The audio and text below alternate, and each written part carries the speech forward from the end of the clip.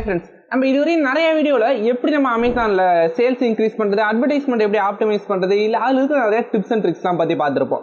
அப்படி இல்லாம அமேசானோட negative sides என்னென்ன, நியூவா செல் பண்றவங்களா இருக்கட்டும் இல்ல ஆல்ரெடி எக்ஸிஸ்டிங்கா செல் பண்ணிருக்கவங்களா இருக்கட்டும், அமேசான்ல என்ன மாதிரியான ஸ்ட்ரகிள்ஸ்லாம் ஃபேஸ் பண்றாங்க, இதெல்லாம் எந்த அளவு செல்லர்ஸ் அஃபெக்ட் பண்ணுங்கிறத பார்க்கலாம். நீங்க அமேசான்ல செல் பண்ண போறீங்கன்னா உங்களோட ஜர்னியை ஸ்டார்ட் பண்றதுக்கு முன்னாடி இந்த வீடியோல சொல்ல போற பாயிண்ட்லாம் கன்சிடர் பண்ணி பாருங்க. இது உங்களுக்கு ரொம்பவே வேல்யூபிளா இருக்கும். அது என்னென்ன பாயிண்ட்னு பார்க்கலாம். அதை பார்க்கறதுக்கு முன்னாடி நம்ம சேனலை சப்ஸ்கிரைப் பண்ணலாம், சப்ஸ்கிரைப் பண்ணிட்டு கூடவே பக்கத்துல இருக்கிற பெல் ஐகானை அழுத்திருங்க. நீங்க இ-காமர்ஸ் பிசினஸ் ஸ்டார்ட் பண்ணலாம்ன்றீங்கன்னா உங்களுக்கு இருக்கிற ஈஸியஸ்ட் ஆப்ஷன்ல அமேசான் ஒன்று. ஏன்னா இதோட செட்டப் ரொம்பவே சிம்பிளா தான் இருக்கும். உங்களுக்கு டாக்குமெண்டேஷனும் பெருசா தேவைப்படாது. நீங்க உங்க ப்ராடக்ட்டை செல் பண்றதுக்கு ஜஸ்ட் உங்களுக்கு ஜிஎஸ்டி மட்டும் இருந்தாலே போதும். உங்களோட ப்ராடக்ட் நீங்க ஆட் பண்ணி அமேசான்ல லைவ் ஆகி உங்களுக்கு நிறையவே ஆர்டர்ஸா கன்வெர்ட் பண்ணதுக்கு சான்சஸ் இருக்கு. இல்ல ஃபர்ஸ்டா எல்லா செல்லருமே ஃபேஸ் பண்ற ஸ்ட்ரகிள்ஸ் என்னன்னா ஹை காம்படிஷன். நீங்க அமேசான்ல எந்த ப்ராடக்ட்டை செல் பண்ணலாம்னு பார்த்தாலுமே அதுக்கு உங்களுக்கு கண்டிப்பா ஒரு 3 to 4 காம்படிஷன் ஆச்சும் மினிமமா இருக்கும். அதே நேரத்தில் காம்படிஷனே இல்லாத ப்ராடக்ட்டும் ஒரு சிலது இருக்கும். ஆனா அதோட சர்ச் வால்யூம் ரொம்பவே கம்மியா இருக்கும். இப்போ எக்ஸாம்பிள் அமேசான்ல வந்து ஒரு பியூட்டி ப்ராடக்ட்டோ ஒரு ஃபேஸ் கிரீமோ செல் ஆகிற அளவு இந்த சைடுக்கு ஜுவல்லரி ப்ராடக்ட் வந்து செல் ஆகாது. இப்போ எந்த ப்ராடக்ட்ல அமேசான்ல அதிகமா சேல் ஆகுதோ அந்த ப்ராடக்ட்டுக்கு கண்டிப்பா அதிகமான காம்படிஷன் இருக்கும். இந்த காம்படிஷன்லாம் ஓவர் கம் பண்றதே நம்ம ஸ்டார்டிங்ல மிகப்பெரிய ஸ்ட்ரகிள் ஃபேஸ் பண்ணுவோம். இப்போ நீங்க நியூ செல்லரா ஒரு ப்ராடக்ட்டை கொண்டுட்டு வரீங்க, ஆல்ரெடி அமேசான்ல உங்களுக்கு ஒரு காம்படிட்டர் இருப்பாரு.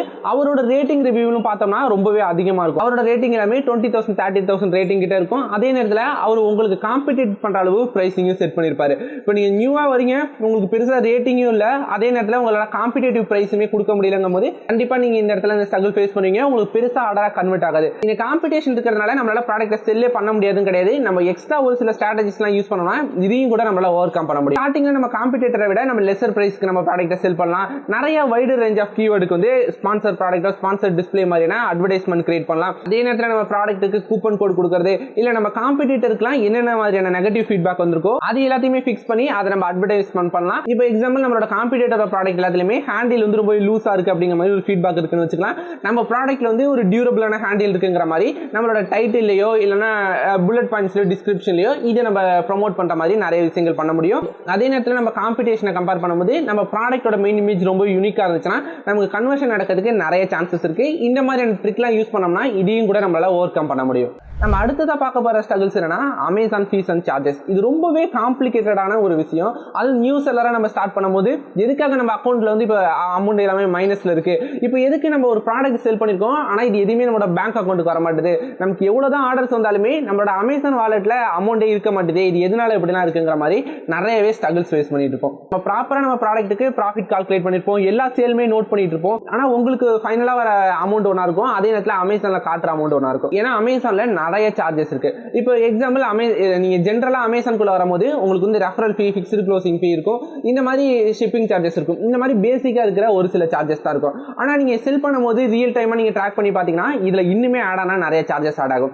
இப்போ அமேசான்ல ஒரு ரெஃபரல் ஃபீ இருக்கு, ஃபிக்ஸ்டு க்ளோசிங் ஃபீ இருக்கு, இல்ல ஷிப்பிங் சார்ஜஸ் இருக்குன்னா இந்த சார்ஜஸ் மட்டும் ஆட் பண்ண மாட்டாங்க, இது கூடவே சேர்த்து ஜிஎஸ்டி உங்களுக்கு ஆட் பண்ணுவாங்க. ஜிஎஸ்டி 18% இதுக்கு நீங்க பே பண்ற மாதிரி இருக்கும். அதே மாதிரி தான் அட்வர்டைஸ்மெண்ட் இருக்கும். நீங்க டெய்லி ஒரு 500 ரூபீஸ்க்கு ஆட்ஸ் ரன் பண்ணிட்டு இருப்பீங்க. எண்ட் ஆஃப் தி டே பார்க்கும்போது அதுக்கும் டாக்ஸஸ்னு ஒரு அமௌண்ட் ஆட் பண்ணிருப்பாங்க. அதுவும் இல்லாம இந்த 500 ரூபீஸ் டெய்லி உங்க அக்கௌண்ட் இருந்து கிரெடிட் பண்ண மாட்டாங்க. அது வந்து அமேசான் வந்து அவங்க ஒரு டைம் பீரியட் வச்சிருப்பாங்க. அந்த டைம் பீரியட்ல அவங்களுக்கு எவ்வளவு அமௌண்ட் காட்டுதோ அதை மட்டும் தான் எடுப்பாங்க. நீங்க ரீசெண்டா அட்வர்டைஸ்மெண்ட் ரன் பண்ண இன்வாய்ஸ் ரிப்போர்ட் டவுன்லோட் பண்ணி பாத்தீங்கன்னா அதுல கிளியரா எந்த கேம்பெயினுக்கு எவ்வளவு அமௌண்ட் கொடுத்திருக்காங்கன்னு இருக்காது. அதுக்கு கீழே உங்களுக்கு ஓவராலா அந்த வேல்யூவை ரவுண்ட் பண்றதுக்காக ஒரு அமௌண்ட் போட்டிருப்பாங்க. இன்வாய்ஸ் அமௌண்ட்ல எக்ஸ்ட்ராவா ஒரு சில சார்ஜஸ் இருக்கும். இது எல்லாமே நீங்க ஓவராலா ஒரு ப்ரீவியஸ் மந்த்துக்கோ இல்ல ஒரு 2 to 3 மந்த்ஸ்க்கு முன்னாடி இருக்கிற டேட்டாவை எடுத்து அனலைஸ் பண்ணி பாத்தீங்கன்னா அந்த டேட்டாஸ் எல்லாமே கரெக்டா டேலி ஆகும். ஆனா நீங்க இப்போதான் நியூ செல்லரா வரீங்க, இல்ல நீங்க ஒரு இப்பதான் ஒரு 1 month 2 months செல் பண்ணிட்டு இருக்கீங்கன்னா உங்களுக்கு கரெக்டா சேல்ஸ் ஆயிருக்கிற அமௌண்ட் அமேசான்ல ரிஃப்ளெக்ட் ஆகாது. ஏன்னா இதுல இவ்வளவு சார்ஜஸ் இருக்கு. அதே நேரத்தில் அமேசான் உங்களுக்கு ரிட்டர்ன் வருதுன்னா அந்த ரிட்டர்ன் டைப்பை போட்டும் உங்களுக்கு ஒரு சில சார்ஜஸ் வரும். இதை தாண்டி அமேசான்ல ஒரு சில கேட்டகரிக்கு ரெஃபரல் சார்ஜஸ் ரொம்பவே அதிகமா இருக்கும். இப்போ எக்ஸாம்பிள் இது எல்லாமே பர்சன்டேஜ் வைஸ்ல இருக்கும். இப்போ நீங்க ஒரு ப்ராடக்ட்டை 500 ரூபீஸ்க்கு செல் பண்றீங்க, உங்களுக்கு வந்து எல்லா சார்ஜஸும் போக ஒரு 50 ரூபீஸ் தான் ப்ராஃபிட் வருதுன்னு நினைச்சிட்டு ஒரு 50 ரூபீஸ் ப்ராஃபிட் பத்தாது, இன்னொரு 50 ரூபீஸ் எக்ஸ்ட்ரா வேணும்னு நினைச்சிட்டு நம்மளோட செல்லிங் பிரைஸை 600 ஏத்துனீங்கன்னா அதே நேரத்தில் நமக்கு இருக்கிற அமேசானோட கமிஷன் சார்ஜஸ் எல்லாமே பர்சன்டேஜ் வைஸ்ல இருக்கிறதுனால அதுவுமே இன்க்ரீஸ் ஆகும். நீங்க எந்த அளவு உங்களோட செல்லிங் காஸ்ட்டை இன்க்ரீஸ் பண்றீங்களோ அந்த அளவு அமேசானோட கமிஷன் சார்ஜஸ்மே இன்க்ரீஸ் ஆகிட்டே போகும். அதனால இது எல்லாத்தையுமே நீங்க ஸ்டார்டிங்ல கால்குலேட் பண்றது கொஞ்சம் கஷ்டமா இருக்கும். இது நீங்க ப்ராப்பரா ஒன்ஸ் அண்டர்ஸ்டாண்ட் பண்ணீங்கன்னா அதுக்கப்புறமா நீங்க உங்களுக்கு சேல்ஸ் வர இது ரொம்ப ஈஸியான ப்ராசஸா மாறிடும். என்ன பொறுத்தவரையும் அமேசான்ல வந்து அவங்களோட ரெஃபரல் சார்ஜஸ் எல்லாமே ரொம்பவே அதிகமா இருக்கிற மாதிரி தான் ஃபீல் பண்றேன். அட்லீஸ்ட் நம்ம ப்ராடக்ட் வந்து கேன்சல் ஆனாலோ இல்ல ரிட்டர்ன் ஆனாலோ அதுக்கு அவங்க ரெஃபரல் ரெஃபரல் சார்ஜஸ் கால்குலேட் பண்ணாம இருந்தா கூட நிறையவே செல்லர்ஸ்க்கு யூஸ்ஃபுல்லா இருக்கும். நியூ செல்லர்ஸ்க்கு எல்லாமே ரொம்பவே சிம்பிளிஃபை பண்ணி கொடுத்தாங்கன்னா இது ரொம்பவே ஈஸியா இருக்கும்.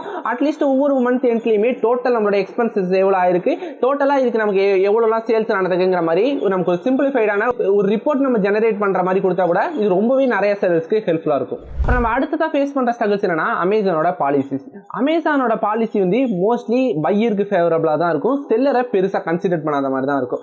இப்போ நீங்க ஒரு ப்ராடக்ட் செல் பண்ணிட்டே இருக்கீங்க, கரெக்டா ஆன் டைம்ல எல்லா ப்ராடக்ட்டுமே செல் பண்ணிட்டு இருக்கீங்க, இதாவது ஒரு நாள் உங்களால 1-2 ஷிப்மெண்ட் கரெக்டா ஷிப் பண்ண முடியலனாலும் உங்களோட லேட் டிஸ்பாச் ரேட் வந்து கண்டிப்பா இன்க்ரீஸ் ஆகும். உங்களோட அக்கௌண்ட்ல ஒரு பாப்அப் ஷோ ஆயிட்டே இருக்கும், your account has been risk deactivation அப்படிங்கிற மாதிரி ஒரு பாப்அப் ஷோ ஆயிட்டே இருக்கும். நம்ம இவ்வளவு ப்ராடக்ட்டுக்கு ஆன் டைம்ல டிஸ்பாச் பண்ணிருப்போம், ஒரு 4-5 ப்ராடக்ட் மட்டும் மிஸ் பண்ணிட்டோம், இதோட லேட் டிஸ்பாச் ரேட்டும் கேன்சல் ரேட்டும் ஹை ஆயிடும். இதனால நம்ம அக்கௌண்ட்டுக்கு மிகப்பெரிய ப்ராப்ளம் வரதுக்கு நிறைய சான்சஸ் இருக்கு. அமேசான் வந்து அவங்களோட லேட் டிஸ்பாச் ரேட்டையும் கேன்சல் ரேட்டையும் ஒரு 2% தாண்டி போனாலே அந்த செல்லர் அக்கௌண்ட்டே அஃபெக்ட் ஆகிற மாதிரி இப்போ செட் பண்ணி வச்சிருக்காங்க. உங்க ப்ராடக்ட்டுக்கு விசிபிலிட்டிஸ் கம்மியாகிறது, உங்களுக்கு நிறைய ஆர்டர்ஸ் கம்மியாகிறது, உங்களோட பேஜ் வியூஸ் கம்மியாகும், இந்த மாதிரி நிறைய அமேசான்ல இருந்து நம்ம அக்கௌண்ட் அஃபெக்ட் ஆகிறதுக்கு சான்சஸ் இருக்கு.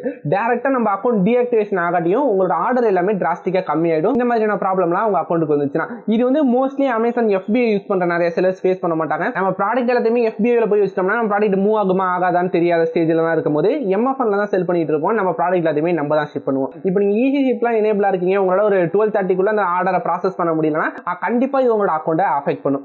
அதனால அமேசான் வந்து இவ்வளவு ஸ்ட்ரிக்டா அந்த பாலிசி எல்லாம் மெயின்டைன் பண்ணாம செல்லருக்கு ஃபேவரபிளா ஒரு சில விஷயங்கள் பண்ணலாங்கிற மாதிரி நான் ஃபீல் பண்றேன். அதோட இல்லாம உங்களோட ரிட்டர்ன் ரேட் வந்து ஒரு 10% தாண்டி போனாலே அந்த லிஸ்டிங்கை கண்டிப்பா அமேசான் ஒரு 7 டேஸ்க்கு சப்ரஸ் பண்ணிடுவாங்க. சப்ரஸ் பண்ணிட்டு அதுக்கப்புறமா அதோட டீடைல்லாம் சேஞ்ச் பண்ணி அகைன் நீங்க சப்மிட் பண்ணி தான் அந்த லிஸ்டிங் லைவ் பண்ற மாதிரி இருக்கும். அது வரையும் உங்க அக்கௌண்ட்ல நிறைய சேல்ஸ் ஆனாலும் சரி, இல்ல நீங்க வந்து thousands of யூனிட் வந்து FBA லைவ்ல வச்சிருந்தாலும் சரி, அமேசான் எதையுமே கேர் பண்ண மாட்டாங்க, டைரக்டா நம்மளோட லிஸ்டிங்கை சப்ரஸ் பண்ணிடுவாங்க.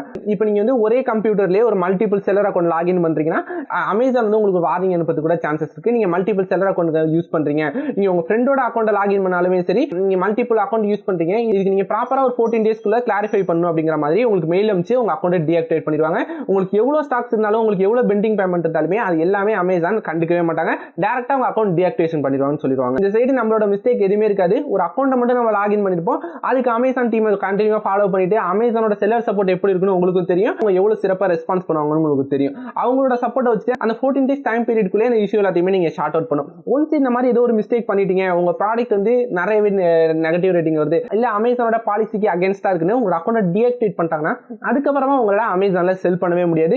உங்களோட பேன் கார்டா இருக்கட்டும், GST இருக்கட்டும், இது எல்லாமே ஆல்ரெடி லிங்க் பண்ணிருக்கிறதுனால இதுக்கப்புறமா உங்களால அமேசான்ல பிசினஸே பண்ண முடியாது. இந்த மாதிரி அமேசான் பாலிசி இருக்கும்போது நம்ம அமேசானை நம்பி நிறைய லாக்ஸ்ல இன்வெஸ்ட் பண்றோம், நிறையவே ப்ராடக்ட் உள்ள கொண்டு வரதுக்கு கண்டிப்பா நம்ம ஹெசிடேட் ஆகும். அமேசான் இந்த மாதிரியான பாலிசி எல்லாத்தையுமே செல்லருக்கு ஃபேவரபிளா கொண்டுட்டு வந்தாங்கன்னா நம்ம லாங் டர்ம்ல கண்டிப்பா அமேசான்ல செல் பண்ணலாம். நம்ம அடுத்ததா பார்க்க போற ஸ்ட்ரகிள்ஸ் என்னன்னா ரீஃபண்ட் அண்ட் ரிட்டர்ன்ஸ். இப்போ இ-காமர்ஸ் பிசினஸ்னாலே அவங்களுக்கு வந்து நிறையவே ரிட்டர்ன்ஸ் வரும், இந்த ரிட்டர்னால அவங்க நிறைய ஸ்ட்ரகிள்ஸ் ஃபேஸ் பண்ணுவாங்கற மாதிரி இதை பத்தி நிறையவே அவேர்னஸ் இருக்கு. அதனால இதை பத்தி டீடைலா எக்ஸ்பிளைன் பண்ணி உங்களோட டைமை நான் வேஸ்ட் பண்ண விரும்பல. ரிட்டர்ன்ஸ் பத்தி ஆல்ரெடி உங்க நிறைய பேருக்கு நிறையவே அவேர்னஸ் இருக்கு. ரிட்டர்ன்ஸும் அமேசான்ல மிகப்பெரிய ஒரு ஸ்ட்ரகிளா இருக்குங்கிறத மட்டும் நோட் பண்ணிக்கிங்க. அதுக்கான ரீசன்ஸ், அது எதனால வருது அப்படிங்கிற மாதிரி நிறைய டீடைல்ஸ் ஆல்ரெடி உங்களுக்கே தெரியும். நம்ம அடுத்ததா பார்க்க போற ஸ்ட்ரகிள் என்னன்னா கேஷ் ஃப்ளோ. இப்போ நீங்க நியூ ஒரு பிசினஸ் ஸ்டார்ட் பண்ண போறீங்க அமேசான்ல, உங்களோட இன்வெஸ்ட்மெண்ட் ரொம்பவே கம்மியா தான் இருக்கு, இதை வச்சு நீங்க பிசினஸ் ஸ்டார்ட் பண்ணிட்டீங்க. இப்போ நீங்க ஒரு ப்ராடக்ட்டை செல் பண்றீங்க, இதுல உங்களுக்கான ப்ராஃபிட் வந்து இன்னைக்கோ இல்லனா நாளைக்கோ உங்க அக்கௌண்ட்டுக்கு வராது. அமேசான் வந்து ஒரு பேமெண்ட் சைக்கிள் வச்சிருப்பான் உங்களோட செல்லரோட ஸ்டேஜை பொறுத்து. இப்போ நீங்க வந்து பேசிக் செல்லரா இருக்கீங்க, ஸ்டாண்டர்ட் செல்லரா இருக்கீங்க, அட்வான்ஸா இருக்கீங்கன்னா இதெல்லாம் பேஸ் பண்ணி அந்த பேமெண்ட் சைக்கிள் சேஞ்ச் ஆகிட்டே இருக்கும். இப்போ நம்ம ஃபர்ஸ்ட் அமேசான்ல செல் பண்ணும்போது நம்ம அக்கௌண்ட் நார்மலா தான் இருக்கும், அதுல பெருசா அந்த அக்கௌண்ட்ல இருந்து அவ்வளவு ஆர்டர்ஸ் வந்திருக்காது.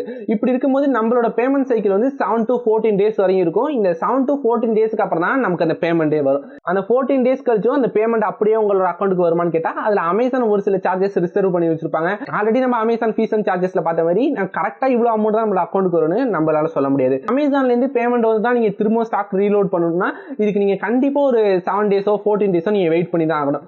அதனால இந்த பேமெண்ட் சைக்கிள் வந்து அட்லீஸ்ட் உங்களுக்கு ஒரு 4 to 5 மந்த்க்காச்சும் மிகப்பெரிய ஸ்ட்ரகிளா தான் இருக்கும். நம்ம ஃபைனலா பார்க்க போற ஸ்ட்ரகிள் என்ன, லிஸ்டிங் டேம்பரிங். இப்போ நம்ம ஸ்டார்டிங்ல சொன்ன இவ்வளவு ஸ்ட்ரகிள்ஸையும் தாண்டி இல்ல இதை தாண்டி இன்னுமே நிறைய எஃபோர்ட் போட்டு நம்ம ப்ராடக்ட்டுக்கு அட்ராக்டிவான போட்டோஸ், வீடியோஸ் ப்ராப்பரா நம்ம எடுத்து ஓரளவு டீசென்டான சேல்ஸ் அச்சீவ் பண்ணிருப்போம். இதுக்கு உங்களுக்கு சம்பந்தமே இல்லாத யாரோ ஒரு சிலர் வந்து உங்களோட ஆர்டர் எல்லாத்தையுமே அவர் எடுத்துட்டு போயிடுவாரு. இதுதான் நம்ம லிஸ்டிங் மேப்பிங் இல்லைன்னா டேம்பரிங்னு சொல்லுவோம். இந்த இஷ்யூ எப்படி ஒர்க் ஆகுதுன்னா, இப்போ நீங்க அமேசான்ல நான் ஸ்டார்டிங்லேயே சொல்லியிருந்தோம் அமேசான் ரொம்ப ஈஸியான பிளாட்ஃபார்ம், யார் வேணாலுமே செல் பண்ணலாம், ஜஸ்ட் GST மட்டும் உங்கள்கிட்ட இருந்தா போதும்னு. அமேசான் ஸ்டார்டிங்ல உங்களுக்கு ட்ரேட்மார்க் இல்லைன்னா கூட செல் பண்ண அலோவ் பண்ணுவாங்க. மேக்ஸிமம் உங்க ப்ராடக்ட்டோட இன்வாய்ஸ் மட்டும் தான் கேட்பாங்க. இப்படிலாம் வச்சு ஜெனரிக் கேட்டகரி கீழே உங்க ப்ராடக்ட் லிஸ்ட் பண்ணீங்கன்னா இது ரொம்பவே ரிஸ்க்ல இருக்குன்னு அர்த்தம். ஏன்னா நம்ம இவ்வளவு எஃபோர்ட் போட்டாலுமே யாரோ ஒரு செல்லர் வந்து உங்களோட ஒரு 1 ரூபியோ 2 ரூபியோ கம்மியா அதுல செல்லரை ஆட் பண்ணிட்டாருன்னா உங்களுக்கு வர வேண்டிய ஆர்டர்ல மோஸ்ட் ஆஃப் த ஆர்டர் எல்லாமே அவருக்கு தான் போயிடும். யார் இந்த ப்ராடக்ட் ரொம்ப கம்மியான பிரைஸ்ல கொடுக்குறாங்களோ அவங்களுக்கு தான் அந்த பை பாக்ஸ் எனேபிள் ஆகும். இதனால பையருக்கு நிறைய பெனிஃபிட் இருக்கும். அமேசானோட வேல்யூமே இன்க்ரீஸ் ஆகுங்கிறதுனால அமேசான் அதை தான் ப்ரிஃபர் பண்ணுவாங்க. சரி, இது ரொம்பவே அநியாயமா இருக்கு. நம்ம தான் லிஸ்டிங் கிரியேட் பண்ணிருப்போம், டைட்டில் எல்லாமே கிரியேட் பண்ணிருப்போம், ஆனா யாரோ ஒரு செல்லர் வந்து நம்மளோட ப்ராடக்ட் ஆட் பண்ணிட்டு போறாரு அப்படிங்கிற மாதிரி உங்களுக்கு ரொம்பவே கோவம் வர மாதிரி இருக்கலாம். இது அமேசான் கண்டிப்பா ஃபிக்ஸ் பண்ணி ஆகணும் மாதிரி தான் நான் ஃபீல் பண்றேன். இதோட இல்லாம நம்மளோட சப்ஸ்கிரைபர் ரீசெண்டா ஃபேஸ் பண்ண இஷ்யூ என்னன்னா, அவர் ட்ரேட் மார்க்கே எடுத்து அவரோட பிராண்ட் நேம் கீழ தான் அவங்க ப்ராடக்ட் எல்லாத்தையுமே லிஸ்ட் பண்ணிட்டு இருந்தாரு. ஒரு சர்டன் ஸ்டேஜ் அவருக்கு ஆர்டர் இன்க்ரீஸ் ஆனதுக்கு அப்புறமா ஆட்டோமேட்டிக்காவே நிறைய செல்லர் வந்து அதை டேம்பர் பண்ண ஸ்டார்ட் பண்ணிட்டாங்க. அமேசான் பிராண்ட் ரெஜிஸ்டர்ல இருந்து எந்தவித ஆக்ஷனுமே எடுக்க முடியல. ஏன்னா அவரோட ட்ரேட்மார்க் சர்டிபிகேட் வந்து டிஎம் ஸ்டேஜ்ல தான் இருந்துச்சு. டிஎம் ஸ்டேஜ்ல இருந்துச்சுன்னா நம்மளால லீகலா எந்தவித ஆக்ஷனுமே எடுக்க முடியாது. அமேசான் பிராண்ட் ரெஜிஸ்டரியா இருக்கட்டும் இல்ல செல்லர் சப்போர்ட்டா இருக்கட்டும் எந்தவித ஆக்ஷனுமே எடுக்க மாட்டானோ அப்படியே நம்மள விட்டுருவானோ. நம்ம தான் கஷ்டப்பட்டு ட்ரேட்மார்க் எடுத்திருப்போம், நம்ம ப்ராடக்ட் லிஸ்ட் பண்ணிருப்போம், இருந்தாலுமே நமக்கு வர வேண்டிய ஆர்டர்ஸ் எல்லாமே யாரோ ஒரு செல்லருக்கு போகும். உங்களோட ட்ரேட்மார்க் சர்டிபிகேட் வந்து ரிஜிஸ்டர் ஆயிருந்தா மட்டும் தான் நீங்க ப்ராப்பரா இதுக்கான ஆக்ஷன் எடுக்க முடியும். இப்போ நீங்க ட்ரேட்மார்க்கு வந்து இன்னைக்கு அப்ளை பண்ணீங்கன்னா உங்களுக்கு நாளைக்கே உங்களுக்கு வந்து அந்த உங்களோட ட்ரேட்மார்க் ரெஜிஸ்டர் ஆயிடாது. இதுல நிறைய ஸ்டேஜஸ் இருக்கு. உங்களோட ட்ரேட்மார்க் வந்து அக்செப்ட் பண்ணணும், அப்புறம் அட்வர்டைஸ் பண்ணணும், அப்புறம் ஃபைனலா ரெஜிஸ்டர் ஆகும். இந்த மாதிரி நிறைய ப்ராசஸ் இருக்கு. இதுக்கு மினிமமா உங்களோட வேர்டு வந்து ரொம்பவே யூனிக்கா இருக்கு, உங்களோட லோகோ யூனிக்கா இருக்குனாலே உங்களுக்கு 6 to 7 months கிட்ட எடுத்துக்கும். நீங்க கொஞ்சம் ஃபேமஸான வேர்ட்லாம் யூஸ் பண்ணீங்கன்னா உங்களுக்கு 1 year 2 year போட்டு கூட நிறைய சான்சஸ் இருக்கு. அமேசான் வந்து ஒரு செல்லர் அக்கௌண்ட்ல இருந்து ஒரு லிஸ்டிங் கிரியேட் பண்ணிட்டாங்கன்னா அதை வேற யாருமே டேம்பர் பண்ண முடியாத மாதிரி வச்சிருந்தாங்கன்னா ரொம்பவே ஹெல்ப்ஃபுல்லா இருக்கும். ஒரு சில பிராண்டட் ப்ராடக்ட்டுக்கு மட்டும் அந்த பிராண்ட் அப்ரூவலோட நம்ம டேம்பர் பண்ற மாதிரி ஆப்ஷன்ஸும் அமேசான் எனேபிள் பண்ணலாம். இதை விட்டுட்டு யார் வேணாலுமே எந்த லிஸ்டிங் வேணாலுமே டேம்பர் பண்ணலாம்னு இருந்துச்சுன்னா இது வந்து ஸ்டார்டிங்ல ட்ரேட்மார்க் இப்பதான் எடுத்து செல்லருக்காக இருக்கட்டும் இல்ல ஜெனரிக்ல செல் பண்ற செல்லருக்கு ரொம்பவே ஸ்ட்ரகிள்ஸ் ஃபேஸ் பண்ணுவாங்க. நியூவா செல் பண்றவங்களுக்கு இது ரொம்பவே பெனிஃபிட்டா இருக்குங்கிற மாதிரி ஃபீல் பண்றேன். இப்போ அமேசானை பத்தி பாசிட்டிவ் மட்டுமே இவ்வளவு நாள் பார்த்துட்டு இருந்தோம். இப்போ அமேசான்ல என்னென்ன ஸ்ட்ரகிள்ஸ்லாம் இருக்குங்கிற மாதிரி இந்த வீடியோல எக்ஸ்பிளைன் பண்ணிருக்கோம். இது எல்லாமே உங்களுக்கு ரொம்பவே ஹெல்ப்ஃபுல்லா இருக்கும்னு நினைக்கிறேன். இதுல நீங்க ஏதாச்சும் ரியல் டைமா ஃபேஸ் பண்ணிருக்கீங்க இல்ல நான் ஏதாச்சும் பாயிண்ட் மிஸ் பண்ணணும்னு நினைச்சீங்கன்னா அதை கமெண்ட் செக்ஷன்ல மென்ஷன் பண்ணுங்க. இது மாதிரி இன்னொரு இன்ட்ரெஸ்டிங்கான வீடியோல பார்க்கலாம். அதை மிஸ் பண்ணாம பார்க்கறதுக்கு நம்ம சேனலை சப்ஸ்கிரைப் பண்ணிட்டு கூடவே பக்கத்துல இருக்கிற பெல் ஐகானையும் அழுத்திடுங்க.